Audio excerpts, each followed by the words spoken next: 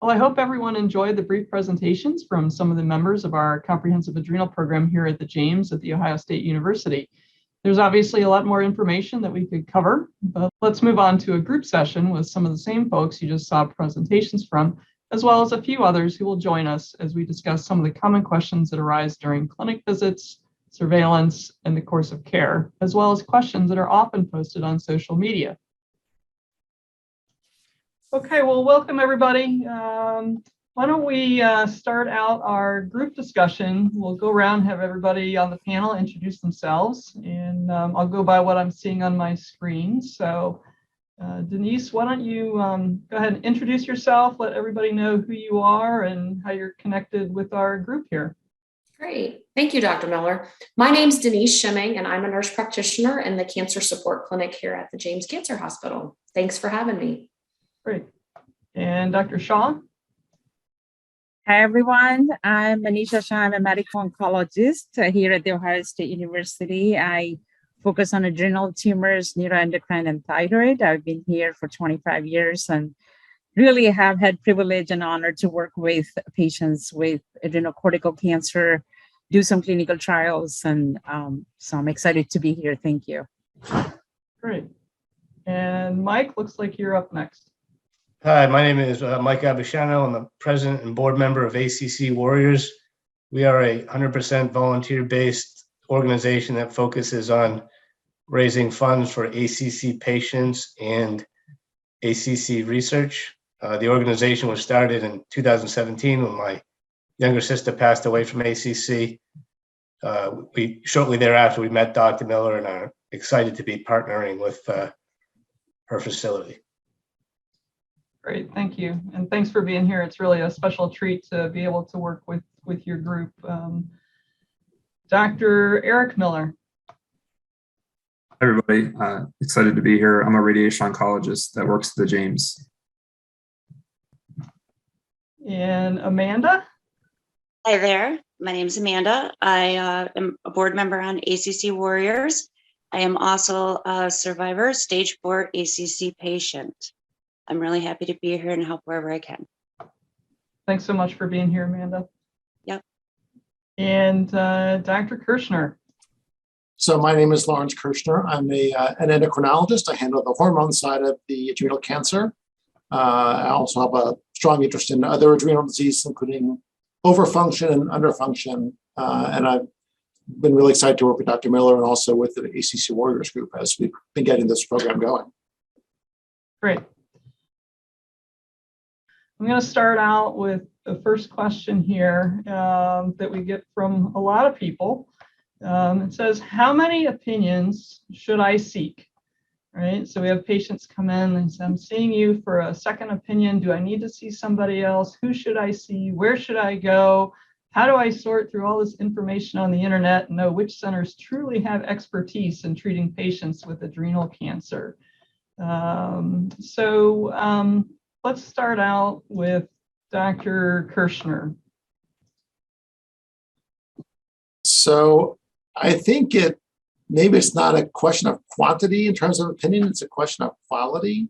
I think that there are a number of centers in the United States that really have a lot of experience and interest in treating adrenal cancer patients.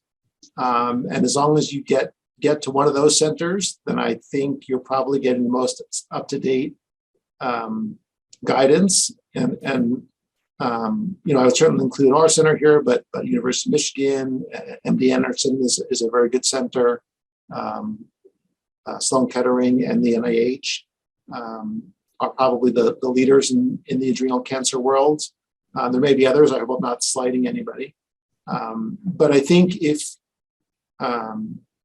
you're able to get to one of those centers where they have expertise, then you'll get the most up-to-date advice. And I think what my experience has been is patients that have sought opinions from multiple of those groups tend to get the same advice from a couple different folks. And I think that's how you know that you're probably in the right spot. Dr. Shaw, what do you think? Yeah, I fully agree with Larry. I think that a couple things I would add is that it's a dynamic process, right? So when one is diagnosed, it may be different as opposed to when they're going through different settings or status within their cancer journey. So if there is a metastatic disease where cancer is spread, where systemic therapies are sought, and if one has exhausted standard of care therapies, clinical trial is something that's dynamic, right? So they come and go. They are conducted different places. They may be multi-center, or they may be just confined to one center. So centers like ours, where it's a tertiary care, a referral center with expertise in adrenocortical cancer, we definitely will review everything like this with the patient and what options are available, not only here at the James, but also around the country or around the world. And so then we will advise the patient to say, okay, well, this trial is closed here, but you really should go, if you're able to go, to X number of center. And, you know, our world is very small in academic area. So we're all friends with each other. We know each other. We can call each other. So it's very easy to work on that level. And so one, as a patient or a caregiver, doesn't have to feel bad bringing this up to your doctor to say, gosh, you know, I'm going to offend them. I'm going to make them feel bad to ask if I can get a second opinion. So we are here for you. We need to do whatever it takes for you to feel that you are comfortable with the team that's giving you care and that you get the excellent care. And so I think that it's really a dynamic process. But I will say that once you identify the team, then make sure that it's not confusing, right? That, oh, who is doing what? So having too many hands in one pot is very hard. So then it's clear to everybody, to the doctor team, as well as patient and caregiver team, who is in charge at this point in my cancer journey. Yeah, and I want to talk a little bit about that in a little bit here. But let's talk to, Amanda, you went through this in terms of diagnosis. And so what were your feelings and how did you work through this? And what questions did you, obviously there are lots of questions and you say, how do I get the best care possible? And so what do you see from other patients that you've met online and in other venues? How did you work through that? How do you see others working through that? And what advice can you give? Yep. Just like as so many other patients are, when they come up with adrenal cancer and they find out about this, nobody knows what this is. So you're going to obviously want to go to a specialist. The closest one is where I went because I didn't know. I originally only thought there was 2 out there in the whole world. So I learned a lot. And I just happened to be fortunate enough. There was one in my state. A lot of patients are going to other states and across the country. And that's wonderful. You have to seek what you feel is best for each individual person. Each individual, like you were saying, the staging is so different also. Feeling comfortable with and having that connections with your doctors, I also feel is very important, that you know that they're going to listen to you. We kind of maneuvered once we started looking through things and we started educating ourselves, and we felt very comfortable knowing that we had a specialist. That was the number one thing we learned, is you go to a specialist. And that's kind of where how it went from there. I see a lot of people online getting a lot of opinions, and a lot of them are getting the exact same opinions as far as treatment goes. But that's okay. If you have to search till the end of the, till you find the answers you're looking for, that's what you need to do. Mm-hmm. Mike, do you have any other comments along this line from your standpoint? No, I completely agree with Amanda. It's knowledge. There's such a lack because of the adrenal cancer is so rare. There's a complete lack of knowledge.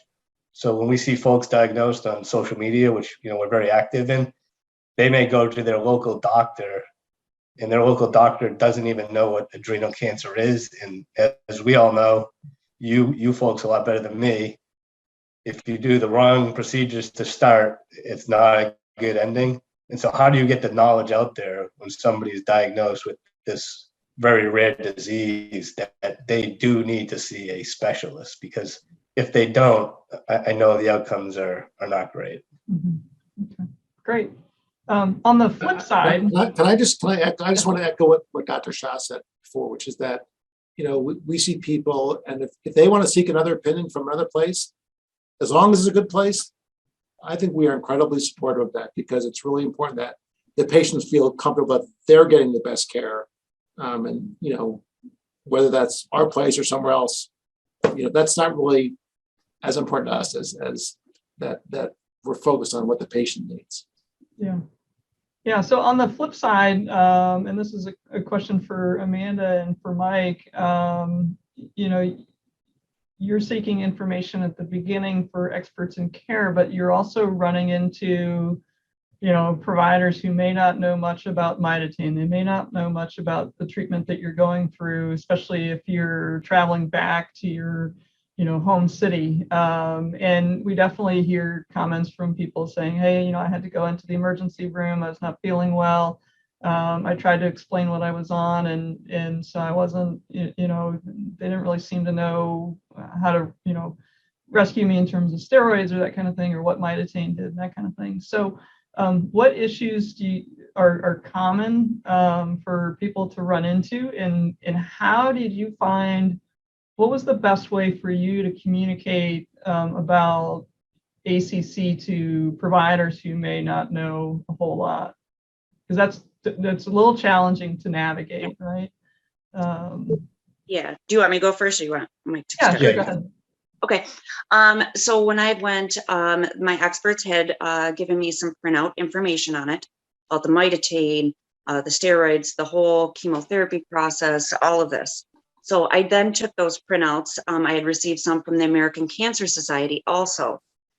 Those were very helpful. I took those to my local providers, like my primary care, and to help kind of educate them, because they didn't know anything about this either. There are a few sites that provide a lot of this information too, but I think it's best print out from a doctor or an expertise center to be given to other doctors. I also, I wear a bracelet. I keep a card in my wallet. So let's say I have to go to the emergency room, I will present that, and there's a website that will hook them up with the information they might need to help me. Yeah. Mike, any thoughts on that? Anything to add? No, I think Amanda covered it. My sister was fortunate where, although she was living in South Carolina at the time, she's from Boston. My whole family resides in Boston, so obviously we had the Boston network and the Boston hospitals up here, and we're able to communicate with the University of Michigan and Gary and yourself and things of that nature. But what we see a lot on social, I think, is folks being diagnosed in maybe middle America or somewhere in the southern part of the country, and they just don't know where to go or don't know what to do. So Denise, what kind of things do you see on your side in the survivorship clinic as people are going through, especially from maybe a palliative care standpoint or symptom management standpoint? Well, I was going to say something prior to that, if this is okay. One thing that we do provide in the cancer support clinic is what's called a treatment summary and survivorship care plan.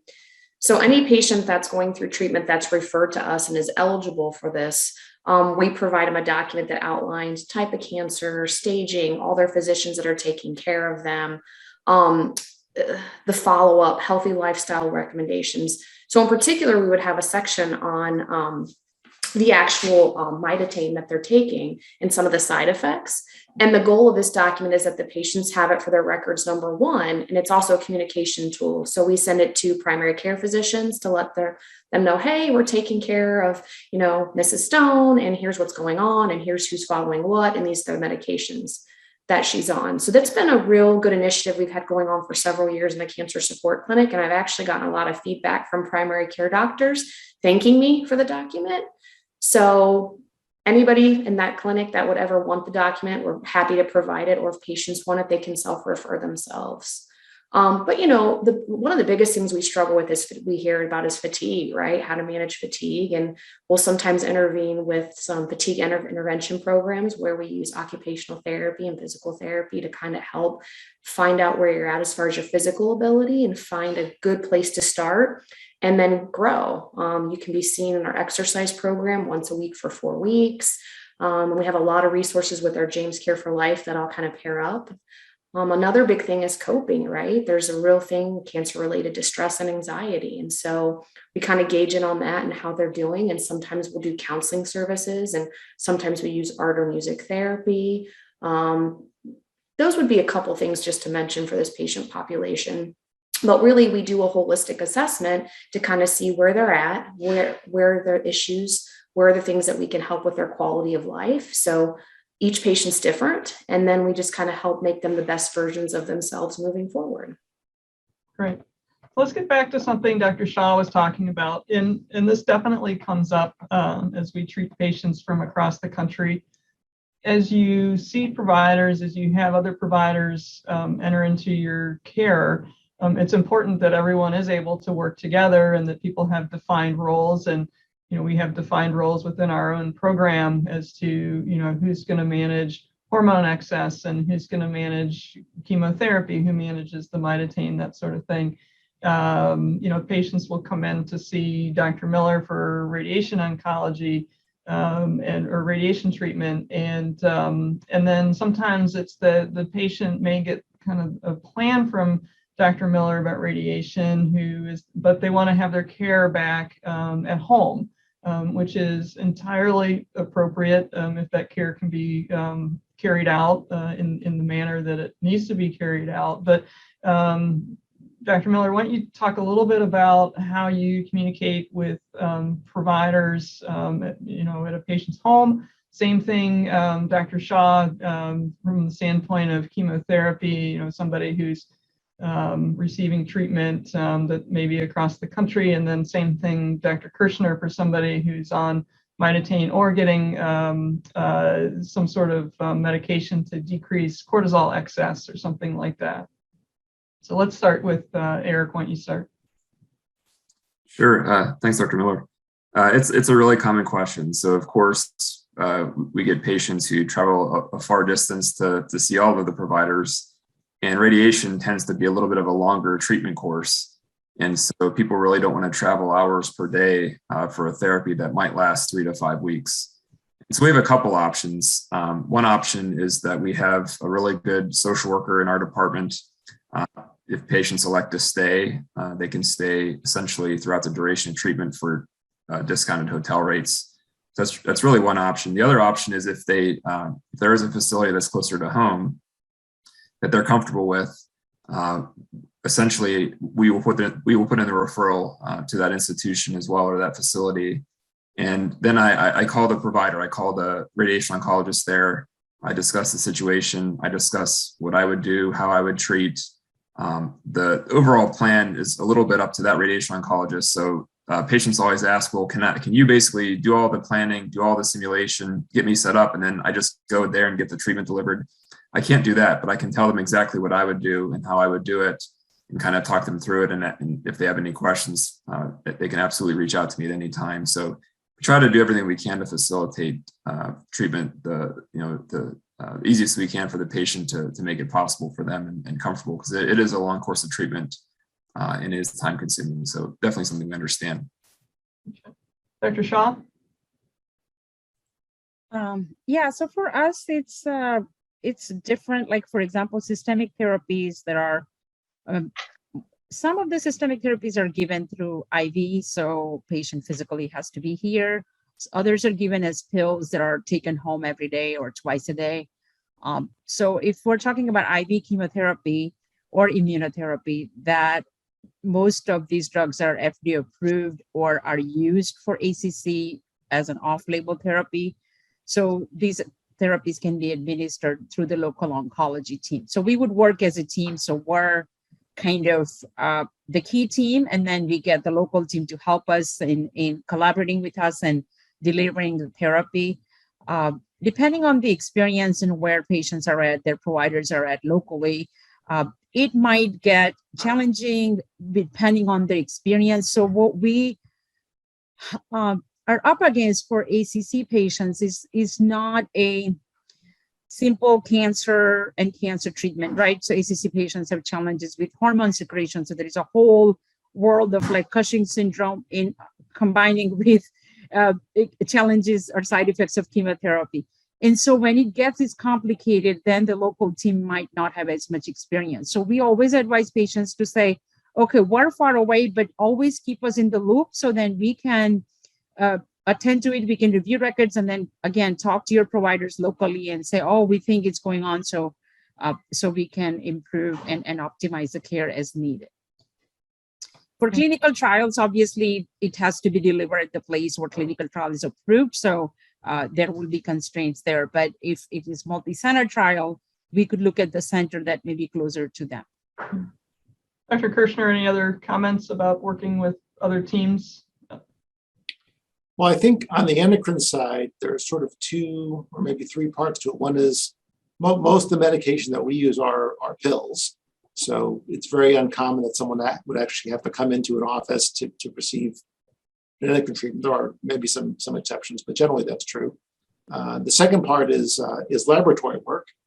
And, the availability of a local hospital or local lab core pretty much anywhere now really alleviates the need for a patient to come physically to our center to get their testing done.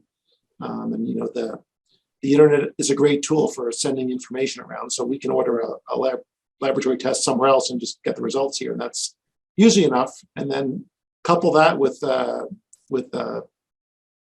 talking with the patients about symptoms. So we've moved to, certainly in the COVID era, doing a lot of televisits. I'm not sure what the future of that is going to be as COVID resolves, hopefully.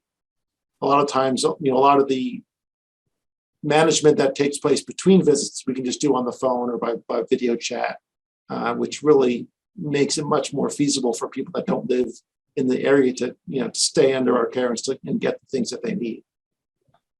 Right. As I think all of us on this know, we've distributed a survey about unmet needs for patients and family members and significant others over the last month. That survey is ongoing, and there will be some information not only with resources that we're talking about here in this call, but also links to that survey for those who are watching, which we would love for you to consider filling out. But talking about unmet needs, Amanda and Mike, this is a question for you all, is what are the greatest challenges that you all have run across in your journeys, in that you hear from other patients in terms of coordinating care between centers, because it's difficult to do, and obviously we can always get better at it. And so what are your observations, and what needs do we need to meet? Go ahead, Mike. I'll let you take this one first. Amanda, you might be better, because my parents actually gave most of the care to my sister just because they lived down in South Carolina where she resided. So I'm not quite as knowledgeable on the topic. Okay. Different things that we can do to make things better, I guess. My biggest thing, I guess, is just telling people that the knowledge is, for one. Some of the stress levels are very difficult to handle for caretakers and for patients going through all this. So that it's different dynamic because there's different areas of each part and stages of cancer. So I think definitely keeping everybody in the loop together. I don't know if there maybe can be like some sort of a database that can be shared from one doctor to another. I don't know if they have anything like that. And that would maybe help with the patients not having to tell this information, or maybe getting things mixed up. And I guess I don't know the best answer there. There's a lot of different subjects to hit on that, and I know that we only have limited time. Yeah. One of the things we see on social, and it's a difficult one to grasp, but I think Dr. Kirshner represented at the beginning of this discussion that if a patient of his is going for a second opinion, he is perfectly happy and fine with that, as long as his patient is going to a center of excellence. On the social scene, we see a lot of, you have to go to Michigan, or you have to go to Colorado, or you have to go to New York, or you have to go to NIH. We also see a lot of surgery is the best option. And we need to do surgery because we need to take out the tumor. And I know I've talked to Dr. Barbara Miller about this in the past. At a certain point, it's quality of life. But as a patient or a caretaker, you think surgery and you think, okay, we can remove the tumor that's going to make everything better. That's not always, obviously, as you guys know much more than I do, that's not always the best course of action. But I think, Amanda, you probably see this as well. There's a big push for just go the surgery route, or you have to go to this center or this center because it's the best one.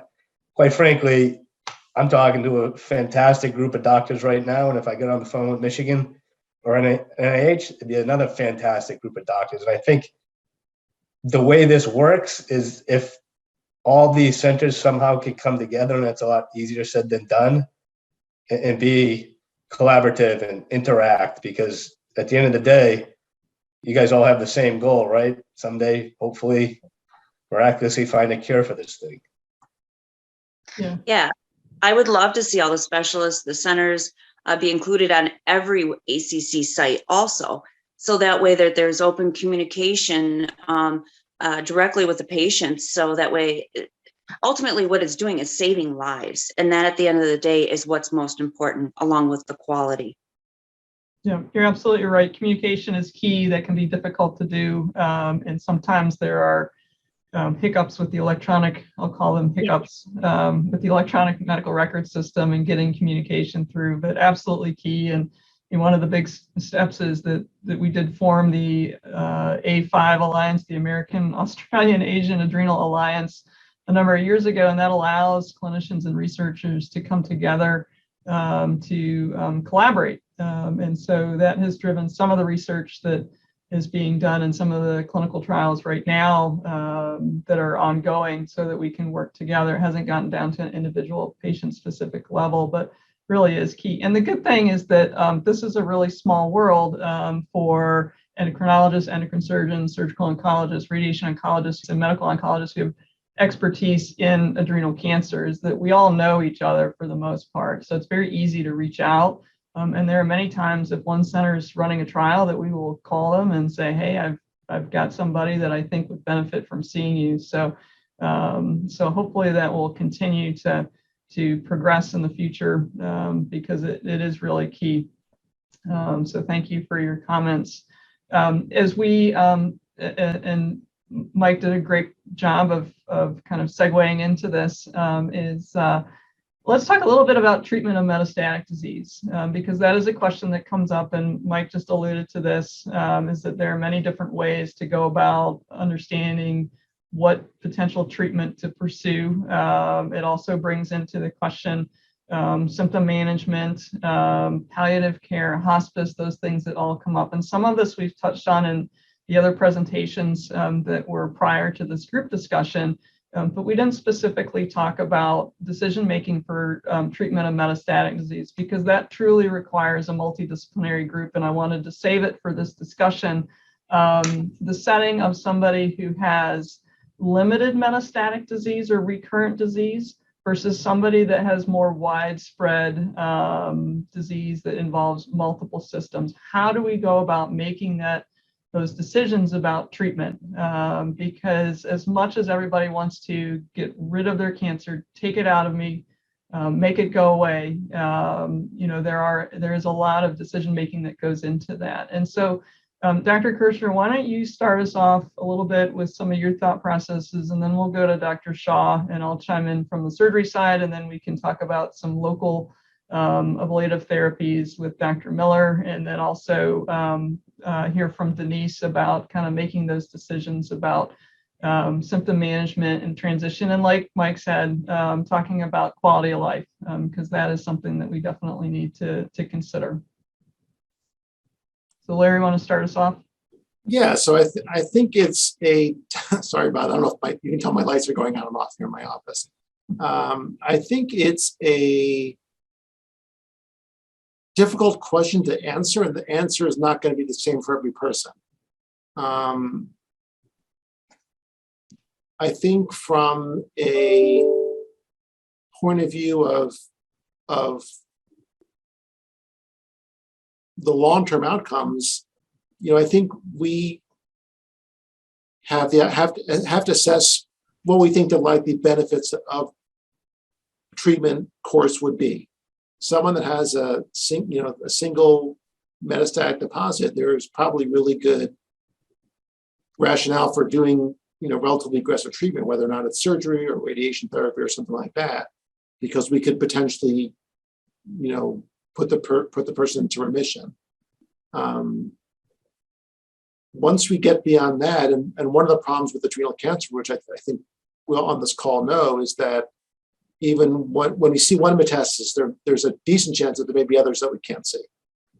So to subject someone to a big surgery that's going to land them in the hospital for a week or two, especially if we think that there's a good likelihood that the tumor will come back relatively quickly, we have to really address what the risks and benefits are. And again, it's, different people, different stages in their life, different disease states. It's a different equation for each person, and it has to be a discussion with the patient and with the treating team. And I don't think it's possible to give a more clear answer than that, as a global answer. So Dr. Shah, how do you approach these conversations with patients that you see? Yeah, I think that the one thing we definitely get across to the patients is that stage 4 is a range. Even though stage 4 means stage 4, there is a range of disease distribution, tumor burden. So the prognosis is different for all of these scenarios. And so person can read the statistics, and we talk about that as well, but we really need to focus on a person at hand. And the second thing is that even though metastatic disease means widespread disease or disease that have spread outside of adrenal tumor, so in general, for most cancers, when it gets to metastatic disease, we only focus on systemic therapy. However, for ACC, we review everything. So we have surgery, radiation, chemoembolization, immunotherapy, palliative care therapy, all of it. And we have multidisciplinary tumor board where we discuss all of these cases. So this is kind of unusual aspect of cancer, as opposed to lung cancer, breast cancer, where vast majority of time, it will be only the systemic therapy. And then that there is a lot of research going on in this disease now. As I said, I've been in this clinic for 25 years, and I'm happily surprised and happy to report that so many of prior experiences or the trials have been fruitful and new therapies have developed. So before it was only chemotherapy and mitotane. Now there is a group of drugs called immunotherapy, group of drugs called tyrosine kinase inhibitors. And then there is always obviously more questions to answer. So we do clinical trials testing new drugs or the combinations of some of the drugs I already mentioned. So I think, and then we always, again, start to talk about the goals of care as well. So we make sure that we're delivering care that matches patients' goals. We talk about prognosis as well, and then kind of reassess, right? We don't know once we start how patients are going to respond. So reassessment and kind of recalibrate everything is very important. So it's not easy for me to say, okay, well, I will prescribe these and they come back in 6 months. This is, when we're dividing the care with local team. So the response assessment is very important. We don't want to continue therapies that are otherwise toxic and not working. But then we want to know if they're working and so forth. So, yeah. Right. I'll chime in a little bit from the surgery side and say that, I think there is a difference if we're talking about somebody who presents with stage 4 disease, with metastatic disease, who still has their primary tumor.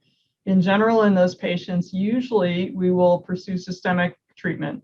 Occasionally, there are patients, and these are patients who are very carefully selected, who may have very minimal amounts of metastatic disease, that we will consider operating on, taking out the tumor, as long as we have the ability to treat their remaining disease, whether or not it's by surgery, by radiation therapy, by radiofrequency ablation, something like that. But sometimes we'll give patients 2 or 3 rounds of chemotherapy and say, is this tumor going to respond?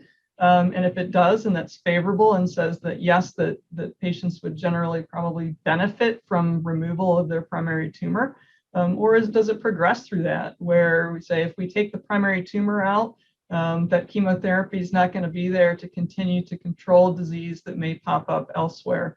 So those are very individualized decisions. On occasion, there is some data that suggests that patients who are producing excess hormone in great amounts, that they can benefit from what we call debulking surgery, or removing, as much of the tumor as you can get out. I don't find that to be necessarily the case, because I think you end up with additional disease very quickly, and you're back in the same boat. These days, we actually have pretty good medical treatment, medical therapy that Dr. Kirschner administers in terms of being able to decrease cortisol levels even when they're quite high.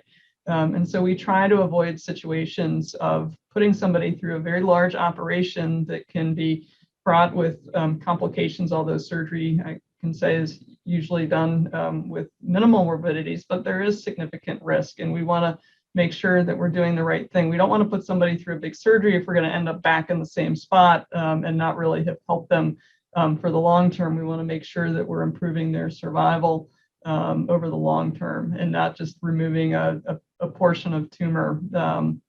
So when we get to patients who have already had surgery and they have a recurrence, then we start to look at several factors. One, how well was their surgery done? There's definitely a difference in the way that surgery is done as to whether or not we can expect additional disease to pop up, especially in the abdomen.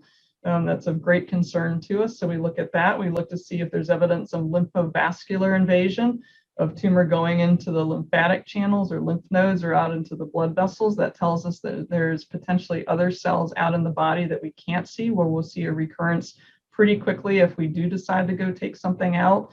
And then we look at the grade of the tumor, is how rapidly is the tumor dividing. A high grade tumor tends to recur more often and more quickly. So sometimes those patients that have high grade tumors will want to pursue some treatment other than surgery. Again, because surgery will generally lead to about a 6-8 weeks, sometimes 2-3 months of not being able to pursue any other treatment as you're healing from that surgery. So those are the things that I think about. We don't rush in. We know that the data suggests that when we do go in and take something metastatic focus out of the liver or out of the lung surgically, that there will be recurrence in up to 60 to up to 90% of patients. So again, you have to say, am I going to put somebody through an operation and take that focus out just to have something pop up in the same organ not too far down the road? And so we've actually backed off quite a bit. We've learned over the last 15 years about the tumor biology and kind of the natural course to say, rather than putting somebody through a big surgery, are there other ways to do focused therapies to treat that disease? And so I think that's a great lead into the other Dr. Miller to talk about how you make decisions about local therapies for metastatic disease. Yeah, thanks. That was a perfect segue. So radiation has really evolved over the past decade, I would say. We have things called stereotactic body radiation therapy now, where we're able to deliver really focused high doses of radiation where we can ablate tumors in the lungs, in the liver, in bone, even brain metastases, lymph nodes. We're really able to target really any area in the body. I think just to kind of continue on what Dr. Miller was referring to, the question is, we have this tool, we can treat a lot of areas in the body. It's just selecting the right patients to apply that technique for. So we don't want to put somebody through, it is non-invasive, it's tolerated fairly well. We also don't want to put people through a long kind of arduous procedure that it also does have risks. It's nothing's a free lunch. We don't want to put patients through that and then have them have a new spot pop up 3 months later. So I think that's really where the multimodality discussion needs to happen, really discussing as a group, everyone getting on the same page, getting input and deciding on the best course of treatment. The other area that we use a lot of radiation therapy for in palliation is palliation of primary tumors that can't be resected. So if it's a large tumor invading the liver, could be invading other structures like the inferior vena cava, radiation therapy can be used to kind of help provide local control for that. It's also effective treatment for bone metastases that are painful, other painful metastases as well. Radiation can offer some local control and help with pain control. But we have a lot of tools. I think the big part of it is kind of having multidisciplinary discussion to figure out how best to use them. Yeah, and there are lots of other modalities to treat localized disease, like radiofrequency ablation, cryoablation.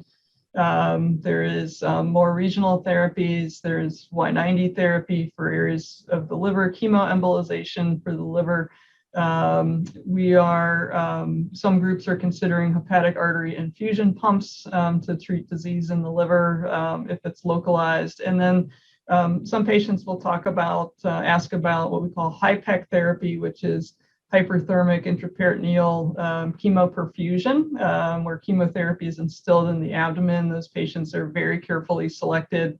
And we're actually trying to start a clinical trial here pretty soon, but working through the funding mechanisms for that, so we can stay tuned for that. But Denise, let's talk about those patients where sometimes in Dr. Shaw, where patients have significant metastatic disease, and through a discussion with everyone, we decide that we don't want to pursue additional systemic treatment, that we've perhaps exhausted our abilities with the treatments that we have. What resources do we have for patients? How do we make those decisions?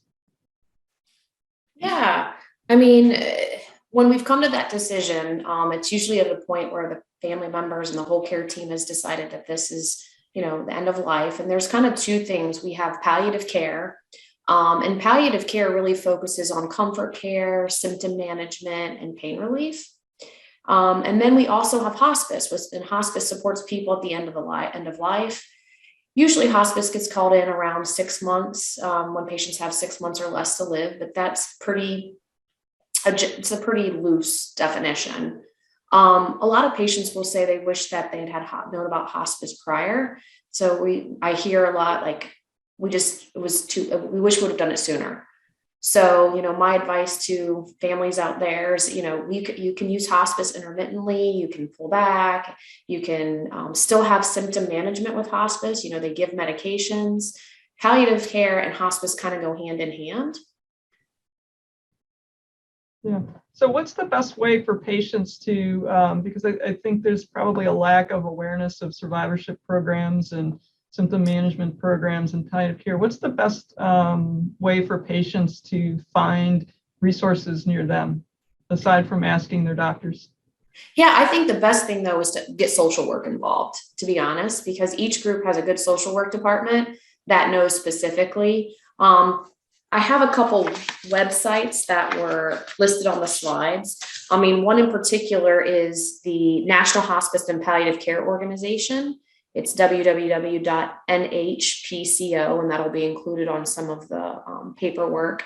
And then www.vitas.com. That's just a wealth of information. It has many of the national hospice and palliative care providers. There's criteria that they have to meet to get on these websites. So those are the two that I would recommend looking at. And then from there, looking what's closest to you. These are reputable sources that have standards that need to be met, but those two in particular can find something close to your area. But even more so, the social work with your team is another spot. Great. So let's talk a little bit about being a survivor and the survivorship, the follow-up for patients who have undergone surgery, they're under surveillance. What are the needs? And Amanda and Mike will focus on you, and Denise as well. What are the needs of survivors over time? And I think one of the things that we see, one of the questions that we get or comments that we get is how do you best get others to understand the situation that you are going through? And some will say, how do I get others to stop walking on eggshells around me and kind of treat me normally and that sort of thing? So what advice do you have? What comments do you have? What advice do you have, Amanda? All right. First off, I looked at myself because I'm a very take charge type of person. So there's a problem, I'm going to try to fix it. So hence getting a specialist. So I say, you're a survivor since diagnosis, since day one, you have to go into this looking forward, learning what's next at each stage, along with figuring out who you are now. after you've been NED. NED, you'll learn that is a huge term in the cancer world. Once you've been for so long, you're not the same person. Also, after diagnosis is in cancer and treatments is what you were prior. So finding out and figuring out who you are, it also helps you figure out what your needs are at that time. Getting other people to, understand each individual situation at that time is really important. That goes back to educating yourself, educating people around you. And with that, doing that, that helps with those needs as you come to them, depending on where you're at. It also helps raise awareness, which we cannot do enough for. As far as getting other people to stop walking on the eggshells and treating you normal, it's a hard one because you know that they mean the best for you. They're wanting the best. They're trying to do good for you. So again, educate them. Just ask politely, like, hey, I appreciate that, but I think I can do this on my own now. I want to try to be me again. And if not, sometimes you just got to tell people. Mike, any comments from your perspective? I think Amanda kind of hit it on the stone. I do think one other piece to consider is the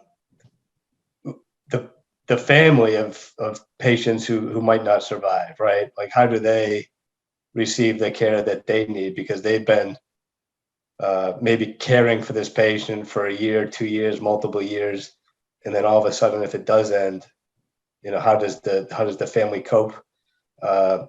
Before my sister passed away, she told me if I didn't go see a therapist, she was going to haunt me from her grave. So, you know what I mean? Like, there's also that aspect of it because the caretakers put so much effort into caring for the patient. And what's their coping mechanism after the fact? I guess even if the patient does survive and then no longer having to afford that level of care, and then the alternative, if the patient does not survive, like Denise, is there options for the family member as well that's part of your program? Yeah, I can only speak for the program at the James that we have because that's what I know. But there's a real thing, caregiver distress, and we have a caregiver support group. We do counseling with the patient and the caregiver. We have support groups for the caregivers. We have a whole website for caregivers, how to manage stress, how to be there for the patient. There's about 7 or 8 videos. And anybody can log on to James Care for Life at any point in time. It's for everybody. Caregivers, patients, family members. You don't even have to be a patient here at the James, and you can still participate in anything through jamescareforlife.org. That website will be provided as well. But yeah, Michael, it's a definitely a thing we see a lot. I think the counseling helps a lot of patients, just having an outlet and making time for yourselves and making sure that you're making yourself a priority, because how do you care for somebody when you can't take care of yourself? So taking that time. And then I just also wanted to say, Amanda, like you hit the nail on the head. Cancer survivorship begins at diagnosis and continues throughout a person's, lifetime. And the needs are unique for each patient, and it can affect you in so many different ways.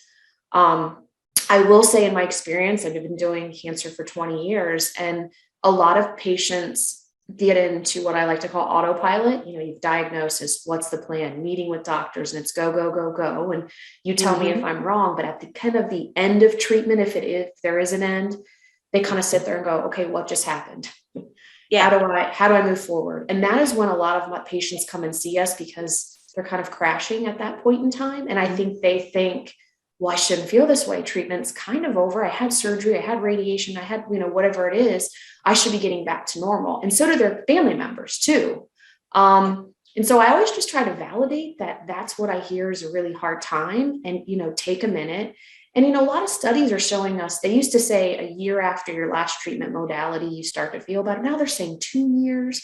So it's a long time, and you're not always the same person moving forward. And I always say, it doesn't mean you can't be a bigger, better, badder version of yourself.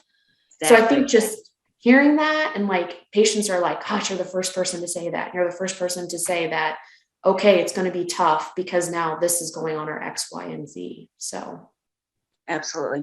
I always tell a lot of patients that I talk with on the Facebook sites and whatnot, it's not just the patient that has cancer. It's the whole family, anybody who cares for that person, because it directly affects them. And it's not just in that time being, it, like you said, it continues. And a lot of patients do go through like survivor's guilt also, you'll get a great scan and want to, scream it from the top of the world, but then at the same time, somebody else isn't doing good. So it's like, you don't really want to like celebrate, At the same time, though, I will say that I hate cancer. I would never wish it on anybody. But honestly, I have learned more about myself and have become a much better, deeper person because of it. And I would never change that. That is part of who I am now. That's a wonderful discussion. Before we get to our last topic about how healthcare teams can partner with patient advocacy groups, let's talk about an important question that comes up, which is financial toxicity of cancer patients and their families, and dealing with the financial responsibilities that come with treatment, which is a huge burden, and working through how to deal with medications and treatments not covered by insurance. And so, Dr. Kirschner, we deal with this in terms of certain medications from a hormone standpoint and mitotane. Dr. Shaw, I'm sure you run into this. Dr. Miller as well, and especially with new therapies, trying to get coverage for HIPEC therapy is very difficult as well. But also Amanda and Mike, how you all and how the other patients that you know out there, how they have dealt with and issues, how does everyone deal with this? What's the best way for someone who is denied a treatment due to cost? What resources are out there? Obviously, social workers are very important from this standpoint, but any other thoughts other than kind of asking the social worker to try and help? Dr. Kirsch? Sorry, did you say me? Oh, no, I was trying to get Larry. Okay. Trying to unmute. I mean, I don't know that I'm the best person to answer this question, but I think that it really comes down to, working in a team, including the social worker and the hospital system and the insurance system. It's something that is incredibly frustrating to the patient, also incredibly frustrating to the providers, though, because oftentimes we have a good idea of what we think would be the most effective therapy, and it can be a struggle, and we have to really fight for that. And that may involve many calls, letters, emails, with insurance companies to get them approved, especially when they're off label. Mike, you had a comment?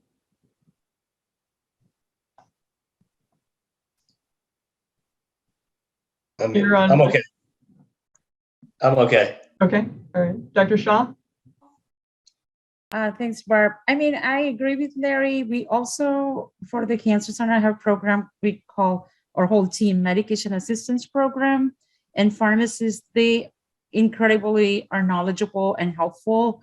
So we definitely rely on them, loop them in earlier. So we are patients' best advocates, right? This is our responsibility. That's our job.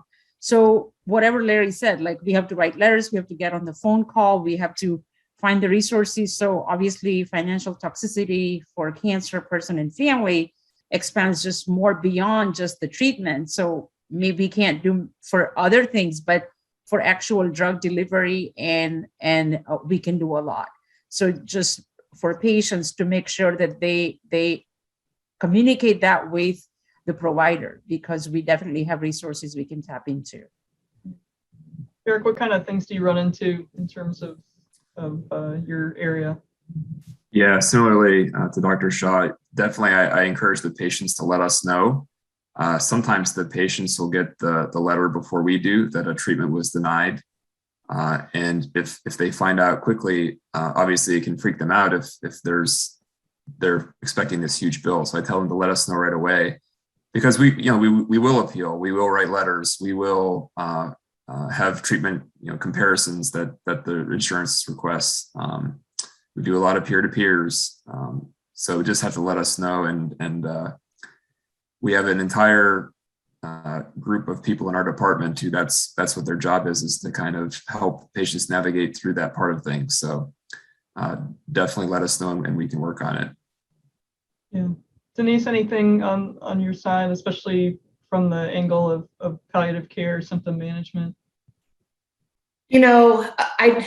It changes so frequently for us that we do have a couple funds once in a while that we're able to sometimes help patients with through donations. And but it's one of those things that every month is different. I'm not sure what we have or what's available, but I will always try to figure out what's going on at that point in time for the patient. And I also refer to our financial counselor a lot, just to make sure that the patient's done all the appropriate paperwork to really help make sure they're in a good spot. What's their income?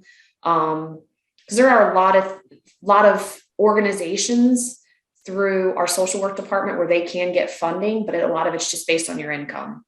So yeah, that's what I would recommend. Yeah, it's really frustrating.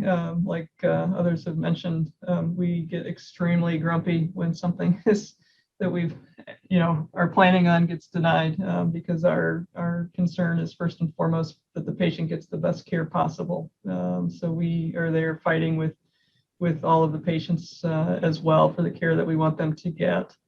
There's also some really creative fundraising that we've seen, GoFundMe pages, that sort of thing. I think some of the patient advocacy groups sometimes will set funds aside to help with travel assistance to expert centers and for small, treatment funds or something like that. So those are all resources to consider as well.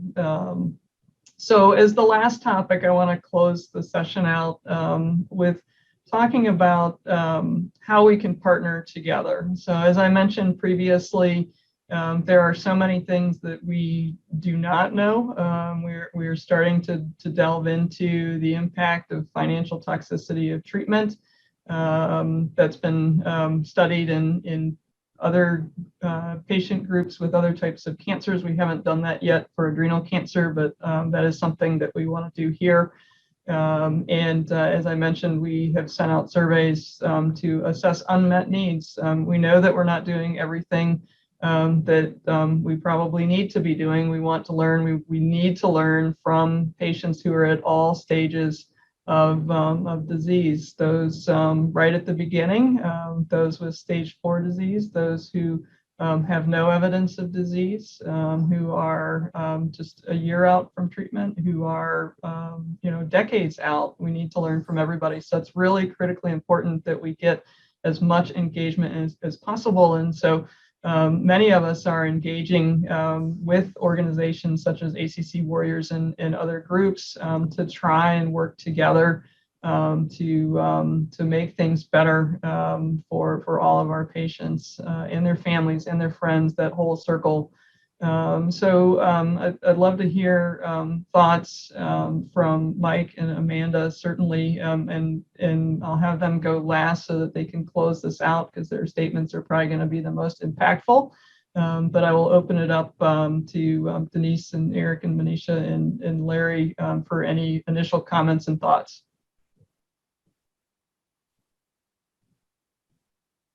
Manisha, you want to? I can go first. Yeah, I mean, this is great. This is great to hear that ACC Warriors has been founded. I mean, we want to reach out to a broad level of audience, the primary care, I mean, all kinds of specialists as well as patients and their families. So having such foundation available is great. And the fact that they are reaching out to us in academic arena, I think is also great. So now the third step is really how we best work together. And I think that from our standpoint, we're happy to get engaged in terms of education material now. As Denise mentioned, there are so many ways we can educate. So, I mean, that's, easy to do. Other thing is also awareness within the advanced disease or clinical trials arena. Also comprehensive care that patients need, genetics included. Genetics is just not here on this panel, but there are very unique aspects of this cancer that needs to be differentiated and brought to spotlight so that patient and family can benefit from the knowledge and understanding of their disease process. I also want to give a lot of kudos to Barb for arranging this, because I think hearing back from patients and support groups is equally important for us. We need to broaden our minds and our horizons to see what are the needs out there so we can start working on those to address those questions. But thank you for having me. Larry? I mean, I think that what's become evident over the past, 20 years or so in the adrenal cancer community, which really is a global community. We meet every other year, the whole international adrenal cancer community, to talk about the latest developments. But I think it goes beyond that, because what we've really realized that the disease is rare enough that no one center, no one place can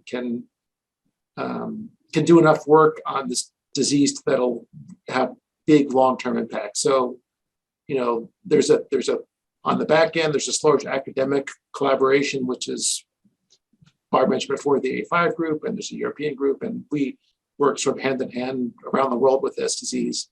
But the other part of it is working with the patients, so that the patients can get the care they need. The patients can get into the clinical trials that are going to show us what are the next generation of therapies, and that's something that I think really works best when there's a partnership between patient advocacy groups and social media groups like ACC Warriors, which has been a strong advocate for the needs of the patients, and that they can partner with academic centers that are doing the work that's going to let us push this treatment of the disease forward for the future generations, so that ultimately we can reduce the burden of disease. Eric? Yeah, I also want to reiterate, thank you, Dr. Miller, for organizing this event. I think I actually learned more from everybody else on the panel than what I contributed. Obviously, radiation therapy for adrenal cancer it's not really used that often, right? There aren't really any radiation oncologists out there who just treat adrenal cancer because it's just so rare. So, but I think it's also an opportunity. I think it's an opportunity for us as radiation oncologists and the oncology community at large to kind of further define the role. We have more therapies now than we've ever had. And so I think we're tasked with figuring out how best to use it to really help patients, both quality of life and length of life. So I think it's a great opportunity. And Denise? Yeah, I'll end it with, I just feel like cancer care has really evolved, right? So people are living longer. They're having surgery, radiation, chemotherapy, pills. They're on long-term treatment longer. I mean, our survivor numbers are just climbing and climbing and climbing. And here at these big cancer institutions and hospitals, we need to realize there's more to it than just chemo, radiation, and surgery. We've helped these patients get to a point, but how do we really help them live the best quality of life moving forward? And that's different for each patient. So being able for clinics to be available to patients to come and say, okay, I made it through this. Now what? What's next? How do I manage my fatigue? How do I get my energy level back? What about the chronic neuropathy I have, or the pain? Or there's so many examples. So I think if you look nationally, we're doing a great job of it, but there's always room to grow. And I think patients need to advocate for themselves. Like, where's the support clinic? Is it available? And I do think that the support clinics bring something different, because sometimes what I hear isn't always what Dr. Shaw heard in her visit or Dr. Kirshner heard in his visit. I mean, these patients sometimes just kind of like have diarrhea of the mouth, right? Like, this new person and this is what's going on, and they try to tell you your story. So I would just tell the patients, advocate for a cancer support clinic and realize that it does get better over time. There are resources. Your needs are going to change over time and evolve as well. And thank you so much for including me, Dr. Miller. You're welcome. So Amanda, what do you think in terms of how do we get healthcare teams and patient advocacy groups to partner together? Well, first, again, I want to thank you for inviting me. And I want to say, as a patient, a former patient of yours, and going through the EDP, the surgery, the radiation, the RFA, all of these things with the advocacy groups that are out there. So one big, huge thing that you're going to notice is that there is going to be a huge amount of information. There's a huge amount of resources through there, and they have become a family. So a family that all helps each other from all over the world. We might not even know each other, and I'll be getting Facebook messages at 4 a.m. for me, but might be 3 p.m. for somebody else. But what's awesome about this is we can tell you guys, the centers of excellence, what are these patients thinking? If you guys can see where they're struggling, what they're having problems with, and we are inviting you guys into our family also. And I just think it's amazing. So I'm super excited to see what's to come. Thanks.